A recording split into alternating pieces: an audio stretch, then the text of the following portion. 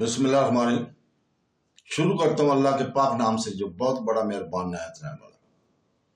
دوستوں، بہنوں، بھائیوں، بزرگوں، السلام علیکم ورحمۃ اللہ وبرکاتہ۔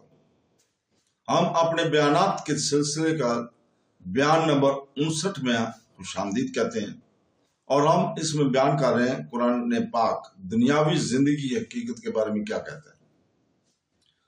دوستوں، بہنوں، بھائیوں، بزرگوں، ہمارا مقصد قرآن پاک اور سنت رسول سے سیکھنا اور سکھانا ہے۔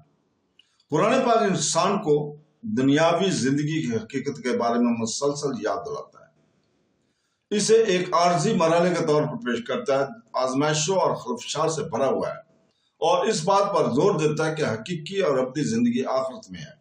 اللہ تعالیٰ نے انسانیت کی رہنمائی کے لیے واضح آیات نازل کی ہیں تاکہ لوگ دنیا کی رونقوں سے دھوکے میں نہ آئیں اور اپنی ابدی تقدیر سے غافل نہ ہو۔ قرآن پاک دنیا کی فطرت، اس کی عارضی لذتوں اور آنے والی زندگی کے لیے تیاری کی اہمیت کے بارے میں ایک گہری حکمت فراہم کرتا ہے۔ ایک بہت گہرا بیان سورہ الحدید کی آیت نمبر 20 میں ملتا ہے، جہاں اللہ تعالیٰ فرماتا ہے کہ جان لو کہ دنیا کی زندگی صرف تماشا ہے، اور ایک دوسرے پر فرق کرنا اور مال و اولاد میں اضافے کا مقابلہ یہ بارش کی مثال ہے جس کے پودے کی نشوونما کھیتی کی خوش کرتی ہے، پھر وہ سوکھ جاتی ہے اور تم دیکھتے ہو کہ وہ زرد ہو جاتی ہے، پھر وہ ملبہ بن جاتی ہے، اور آخرت میں سخت عذاب اور اللہ تعالیٰ کی طرف سے بخشش اور رضامندی ہے۔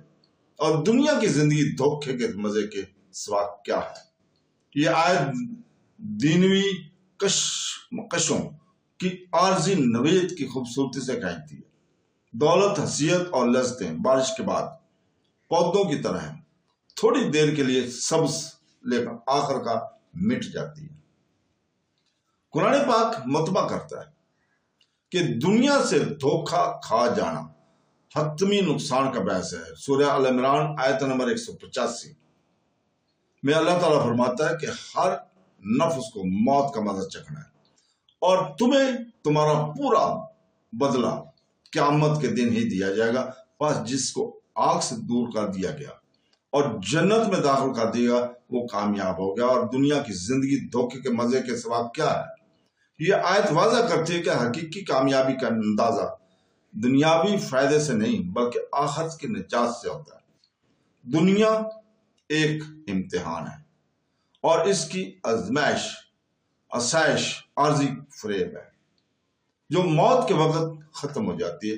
حضرت محمد صلی اللہ علیہ وسلم نے اس دنیا کی حقیقت بھی بیان فرمائی ہے۔ صحیح مسلم حدیث نمبر 2956 میں فرمایا کہ دنیا مومن کے لیے ایک قید خانہ ہے اور کافر کے لیے جنت ہے۔ یہ حدیث اس بات پر زور دیتی ہے کہ مومنوں کے لیے دنیاوی زندگی پابندیوں سے بھری پڑی ہے، کیونکہ وہ اپنے آپ کو اللہ کے احکام کے مطابق ڈھالتے ہیں، جبکہ کفر آزادی سے اس میں شامل ہوتے ہیں۔ تاہم مومن کے لیے جنت میں دائمی اجر اس زندگی کی ہر مشکل سے زیادہ ہے، جبکہ کافر کے لیے دنیاوی لذت ابدی نقصان کے ساتھ ختم ہو جاتی ہے۔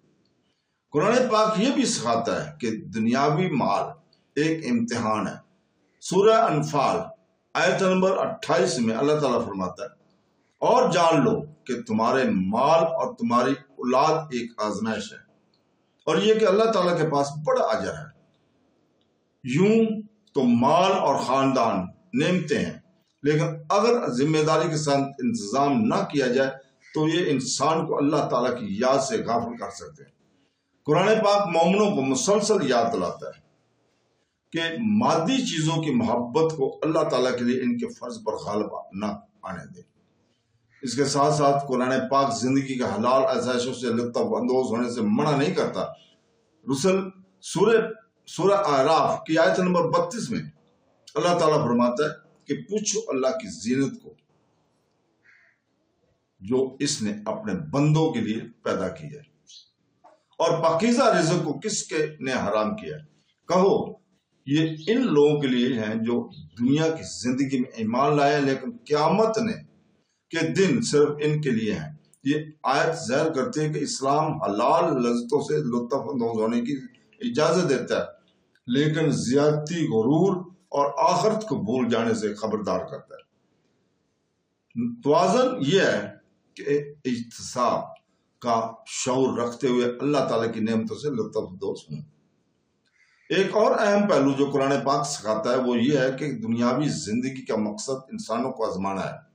سورہ الملک کی آیت نمبر 2 میں اللہ تعالیٰ فرماتا ہے کہ جس نے موت اور زندگی کو پیدا کیا تاکہ تمہیں آزمائے کہ تم میں سے کون اچھے عمل کرتا ہے، اور وہ غالب اور بخشنے والا ہے۔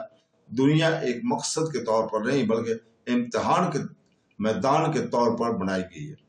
اس امتحان میں کامیابی کے لیے ایمان، عمل صالح اور صبر کی ضرورت ہے۔ دولت، طاقت اور خواہشات کا خلفشار اس آزمائش کا حصہ ہے، اور جو لوگ ثابت قدم رہیں گے وہ ابدی سعادت حاصل کریں گے۔ نبی کریم صلی اللہ علیہ وسلم نے اپنے پیروکاروں کو آخرت کے مقابلے میں دنیا کی اہمیت کے بارے میں یاد دلایا۔ جامعہ ترمذی حدیث نمبر 2320 میں فرمایا کہ اگر دنیا اللہ کے نزدیک مچھر کے پر کے برابر ہوتی تو کافر کو پانی کا گھونٹ بھی نہ پلاتا۔ اس حدیث سے معلوم ہوتا ہے کہ اللہ تعالیٰ کے نزدیک دنیا کی کوئی اہمیت نہیں ہے، اور اس کے بعد آنے والی ابدی زندگی سب سے اہم ہے۔ قرآن پاک اس دنیا کی عارضی نوید کی آخرت کی دائمی سے بھی متصادم کرتا ہے۔ سورہ اعلیٰ کی آیت نمبر 16 اور 17 میں اللہ تعالیٰ فرماتا ہے لیکن تم دنیا کی زندگی کو ترجیح دیتے ہو جبکہ آخرت بہتر اور پائیدار ہے۔ یہ یاد دہانی مومنوں پر زور دیتی ہے کہ وہ قابل المدتی لطف اور دائمی کامیابی کو ترجیح دیں۔ اگرچہ لوگ دولت، شہرت یا رتبہ کا پیچھا کر سکتے ہیں، آخر کار یہ سب ختم ہو جاتا ہے، جبکہ آخرت کے لیے اعمال ہمیشہ باقی رہتے ہیں۔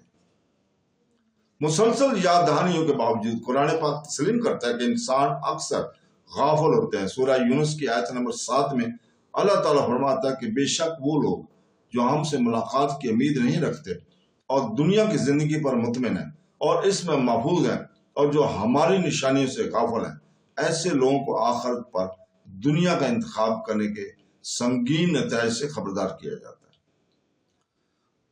آخر میں قرآن پاک دینوی زندگی کی ایک واضح تصویر پیش کرتا ہے جس میں عارضی فریبی اور آخرت کی ابدی زندگی کے لیے ثانوی ہے۔ یہ آزمائش کی جگہ ہے، مستقل گھر نہیں۔ نبی کریم صلی اللہ علیہ وسلم اور قرآن پاک دونوں اس بات پر زور دیتے ہیں کہ دنیا کو اگلی زندگی کے لیے ثواب کمانے کے لیے استعمال کیا جائے، نہ کہ غفلت اور تکبر میں ضائع ہونے کے لیے۔ کامیابی کا اصل پیمانہ یہ نہیں ہے کہ انسان کتنی دولت، طاقت یا شہرت حاصل کرتا ہے، بلکہ یہ ہے کہ قیامت کے دن اللہ تعالیٰ کے سامنے کھڑے ہونے کے لیے کتنی تیاری ہے۔ مومن کو اس دنیا میں رہنا چاہیے لیکن آخرت کو ہی آخری مقصد کے طور پر رکھنا چاہیے۔